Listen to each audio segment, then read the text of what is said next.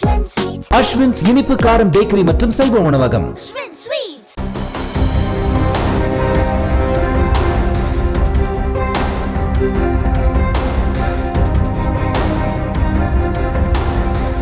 மயிலாடுதுறை மாவட்டம் கொள்ளிடம் ஊராட்சி ஒன்றியத்துக்குட்பட்ட ஆனைக்காரச்சத்திரம், கோபாலசமுத்திரம் ஆகிய 2 ஊராட்சிகளை சேர்த்து கொள்ளிடம் பேரூராட்சியாக அறிவிக்கப்பட்டதை கண்டித்து 1000த்திற்கும் மேற்பட்ட மக்கள் சாலை மறியல் போராட்டத்தில் ஈடுபட்டனர். இதனால் கொள்ளிடம் மகேந்திரப்பள்ளி சாலையில் போக்குவரத்து பாதிப்பு ஏற்பட்டது. பேரூராட்சியாக மாற்றும் அளவிற்கு இந்த ஆனைக்காரம், சத்திரம் மற்றும் கோபாலசமுத்திரம் ஊராட்சி இதுவரை வளர்ச்சி அடையவில்லை என்பதையும் நாங்கள் தெளிவாக தெரிவித்து எங்கள் போராட்டத்தை தொடங்கினோம். அதன் அடிப்படையில் இன்று பேச்சுவார்த்தை நடந்தது.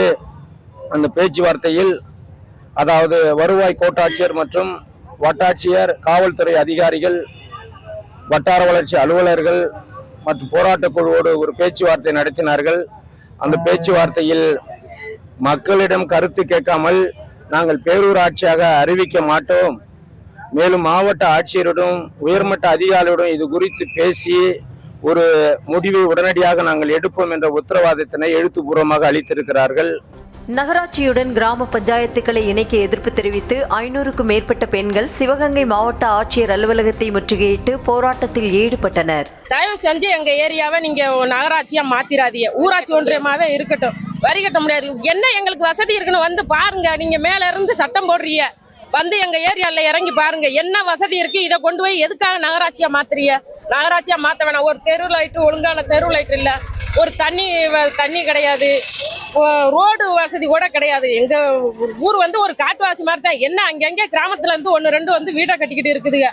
இதனால வந்து நகராட்சி எங்களுக்கு வேண்டாம், அந்த பதவியே எங்களுக்கு வேணாம், ஊராட்சியாவே இருக்கட்டும். கரூர் மாநகராட்சியுடன் ஊராட்சிகளை இணைக்கக்கூடாது என்ற கோரிக்கையை வலியுறுத்தி முன்னாள் அமைச்சர் MR விஜயபாஸ்கர் தலைமையில் மாவட்ட ஆட்சியர் அலுவலகம் முன்பு 500க்கும் மேற்பட்ட பொதுமக்கள் திரண்டு ஆர்ப்பாட்டத்தில் ஈடுபட்டனர். 100 நாள் வேலை திட்டம் பறிபோவதுடன் வரி உயர்வு உள்ளிட்ட பாதிப்புகள் ஏற்படும் என கூறி ஆர்ப்பாட்டத்தில் ஈடுபட்டனர்.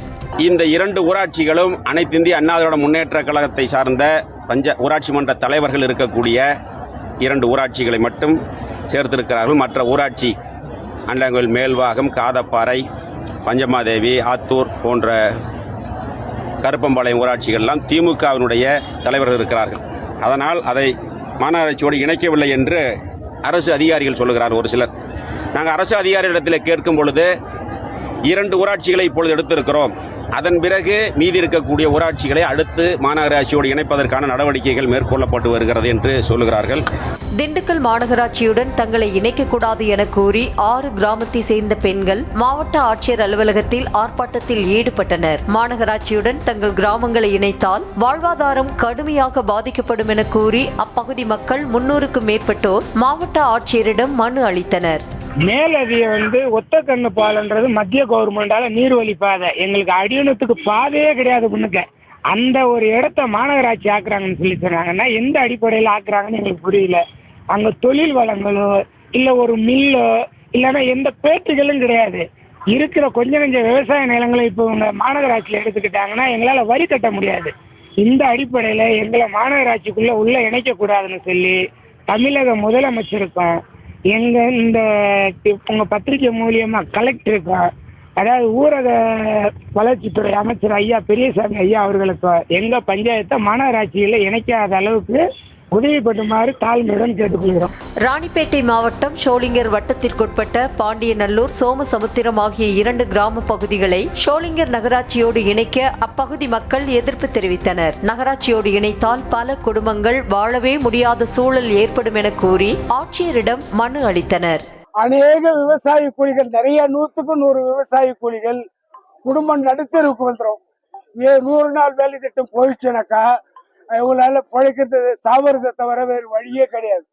அது மாத்திரமல்ல, இந்த 100 நாள் வேலை திட்டத்தை நம்பித்தான் எல்லா மக்களும் நம்பி இருக்கிறாங்க. எத்தனையோ கணவன்மார்கள் இறந்துட்டு இருக்கிறாங்க. அவங்களுடைய குடும்பத்தை காப்பாத்துறாங்கன்னாக்கா இந்த பெண்கள் 100 நாள் வேலை செஞ்சு தான் குடும்பத்தை காப்பாத்துறாங்க. நாமக்கல் மாவட்டம் பள்ளிப்பாளையம் அடுத்துள்ள ஓடப்பள்ளி, காடச்சநல்லூர், சமய சங்கிலி உள்ளிட்ட கிராம ஊராட்சிகளை நகராட்சியுடன் இணைக்க அப்பகுதி மக்கள் எதிர்ப்பு தெரிவித்துள்ளனர். சுமார் 500க்கும் மேற்பட்ட மக்கள் மாவட்ட ஆட்சியர் அலுவலகத்தை முற்றுகையிட்டு ஆர்ப்பாட்டத்தில் ஈடுபட்டதால் பரபரப்பு ஏற்பட்டது. மேலும் அரசாணையை ரத்து செய்யாவிட்டால் வாக்காளர் அடையாள அட்டை, ரேஷன் அட்டை போன்றவற்றை திரும்ப ஒப்படைக்கும் போராட்டத்தில் ஈடுபட உள்ளதாகவும் தெரிவித்தனர். இதில் பெரும்பாலானோர் பார்த்தீங்கன்னா 100 நாள் வேலையை நம்பி தான் அவங்க அன்றாட வாழ்க்கையை ஓட்டிகிட்டு இருக்கிறாங்க. இப்போ இந்த நகராட்சியோட சேர்த்துறது பார்த்தீங்க அப்படின்னா கிட்டத்தட்ட பள்ளிப்பாளையம் நகராட்சிக்கும் எங்கள் பஞ்சாயத்துக்கு ஒரு 15 கிலோமீட்டர் தொலைவில் இருக்குது. இப்போ நாங்கள் ஏதோ ஒரு வரி செலுத்துறதுனாலும் ஏதோ ஒரு சின்ன வேலைக்கு போகிறனாலும் 5 கிலோமீட்டர் தாண்டி நாங்கள் பள்ளிப்பாளையம் போகணும். இது கண்டிப்பாக சாத்தியமாகாது. அதனால் எங்கள் பகுதியில் பொதுவாகவே இந்த 5 பஞ்சாயத்தில் நடுத்தர மக்கள் அதிகமாக வச்சுட்டு வராங்க. இவங்க எல்லாருமே வயசானவங்க, பெரும்பாலும் எல்லாமே வாடகை வீட்டில் தான் வச்சுட்டு வராங்க. இவங்க எல்லாருமே 100 நாள் வேலையை நம்பி தான் அவங்க வாழ்க்கையை ஓட்டிகிட்டு இருக்காங்க. திடீர்னு நீங்கள் நகராட்சியோட சேர்த்திட்டீங்க அப்படின்னா 100 நாள் வேலையும் கிடையாது, பசுமை வீடு எதுவும் கிடையாது. இந்த மாதிரி நிறையா இலவச திட்டங்கள் பறிபோகுது.